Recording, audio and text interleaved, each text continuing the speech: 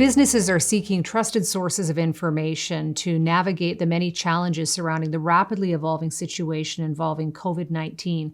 The Greater Vancouver Board of Trade is bringing together a number of experts to get their advice on how to navigate these challenging times to share with our members and to share with the general public. I'm Bridget Anderson, the CEO of the Greater Vancouver Board of Trade, and I'm joined by Stephen Smart, General Manager of Western Canada at Hill & Knowlton and an expert in crisis communications. And if any time that there is a crisis like now, communications becomes really important, Stephen. So what is your advice about how business leaders should be approaching communications right now? Yeah, so I would say, Bridget, that number one right now is the importance of transparency and the importance of honest communication with all of your audiences. So that's your employees, your team, your customers, your stakeholders. This is a highly charged emotional situation for literally every person in this country. And so people need to take stock of what they're doing, whether they're doing enough, and making sure that what they are doing is being put out there for those who need to know about it. And how often should business leaders be communicating? Because there's so much information out there right now. There is so much information, and there's frankly a lot of dubious information too. So I think finding your trusted sources of information and finding the frequency that's right for your organization. So if I use ours as an example, or what we're updating our clients on, is when does it make sense? So has there been a really important update? You know, we saw a few days ago, literally the world shift on its axis in the span of about an hour. So things move fast. In a situation like that, more often is okay. Otherwise, a regular routine, perhaps a morning update, an end of day update, what makes sense for your particular organization, which I think also brings up who you're talking to first. And it varies by organization, but I would say that a good rule of thumb is making sure that your employees, your team knows before you're telling other people, because they're also your ambassadors. So you might put out an email to your clients or your customers. They may call their account rep or their account director. So you want them to have that information, if not before, at least at the same time. A lot of our members, a majority of our members, are small to medium enterprises, and so they don't have some of those additional supports that some larger organizations have. And when I think about some of the scenario planning that maybe some larger organizations have had the luxury or liberty to do before all of this happened, crisis communications planning falls into that as well. So is it too late now for organizations to begin that planning if they haven't done it? No, I would say ideally you've already done it. And, frankly, it's the same exercise. Even if as some organizations did, they put together a crisis communications plan. Maybe it was a couple of years ago. Now's a great time to get that out, dust it off, make sure it's still relevant, make sure the names, the roles, your social media channels are still relevant. If you did it 3 years ago, you probably didn't list TikTok as an account in there. So I think that's a good thing to do. And if you don't have one, now is a great time to start. And I think a lot of times organizations, and your point about small or medium-sized organizations is a really good one, because sometimes people overcomplicate these things. This does not have to be a complicated document.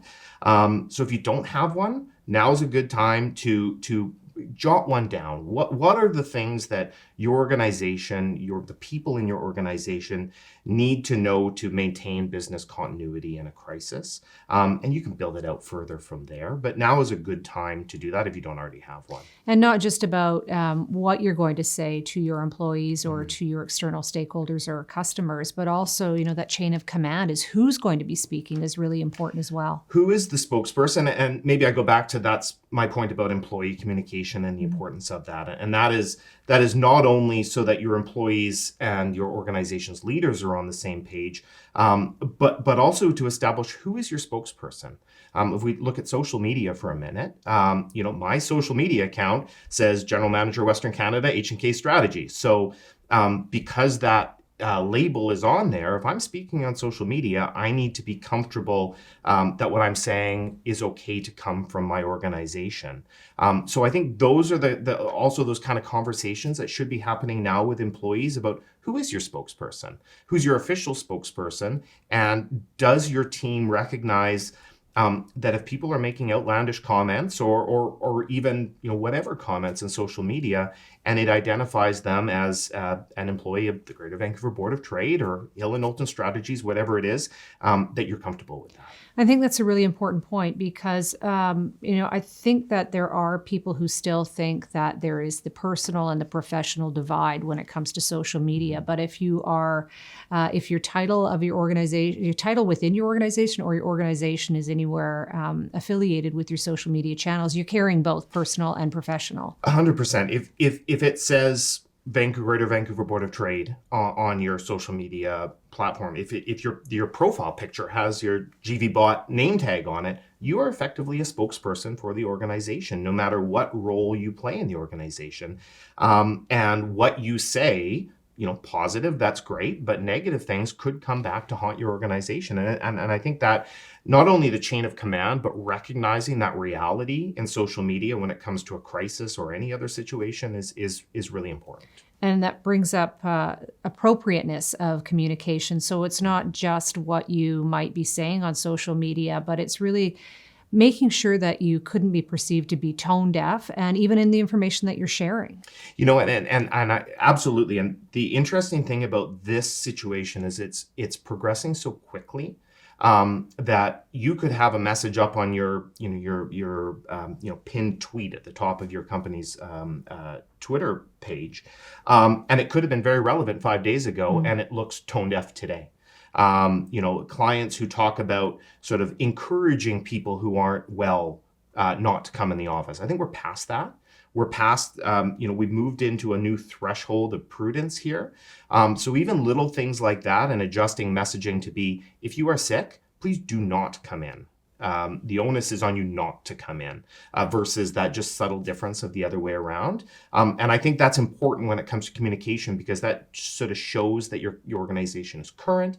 It shows that you're paying attention to the risk and that you take the safety of your employees and also your staff, your clients really seriously. So it's being able to have that balance of being both proactive and reactive and understanding this is a very fluid situation. One of the things I've talked about with a couple of clients is sort of being proactively reactive, that they may not want to be out there putting everything out about what they're doing, but if they're asked about it, whether it's their employees, stakeholders, even media calling, that they are open and transparent about what they're doing. And if you are, to coin an old phrase, if you're doing the right thing, if you're doing what you're supposed to, you're following the advice of health officials, then you don't have anything to hide here. I think from the mindset of crossing a bit of a threshold, I think there's no shame in businesses being negatively impacted by this situation. In fact, I'm trying to think of a business maybe other than, toilet paper manufacturers who will not be negatively impacted by this situation. So there's an understanding there, but I think where organizations can get themselves in trouble is when they are not open and transparent. Are you treating your employees well in this situation? Because they're just as nervous about their own livelihood as you are about your business. So I think all of that comes to bear. And at the end of the day, can you look back on what you're doing as an organization and feel good about doing the right thing? Then I think you're well set up. And I think the final thing too is sticking with the theme of social media, and especially the platform of Twitter, which can tend to be quite negative, is now is not the time to be involved in those conversations. What would you have to say about tone and about just about, I guess, acting appropriately on social media? Twitter. Talking about Twitter for just a second. I've come around a little bit this week because I think, like all of us, I've gotten a bit down on Twitter and sort of what a venomous swamp it can be at times. But I think this week actually showed the benefits of a platform like that for quick information. And I think I saw a lot of organizations do really well about sort of retweeting straight up news reports this week. What is the latest? What's the update from Dr. Bonnie Henry, for instance?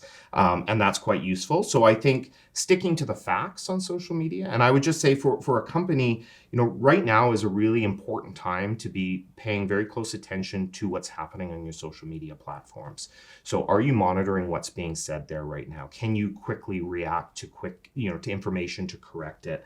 Are you talking to your team about what they're doing on social media, and making sure that that is in line with your organization's messaging? And then also, there's nothing worse when you talk about being tone deaf of a scheduled tweet or Instagram post that you booked a month ago when you didn't realize this was a crisis, going out and just seeming completely offside with the current mindset. So now is a really good time to go through, take stock of what's there, and actually use it for the communications tool that it is meant to be. Thank you, Stephen. Thanks, Bridget.